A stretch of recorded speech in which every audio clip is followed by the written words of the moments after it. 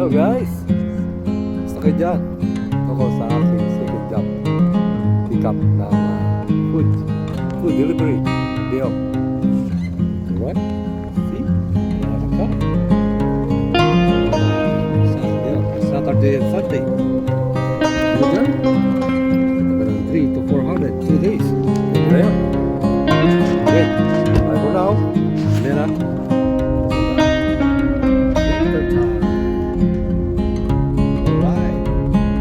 Delivery muna tayo ngayon dahil Saturday and Sunday sideline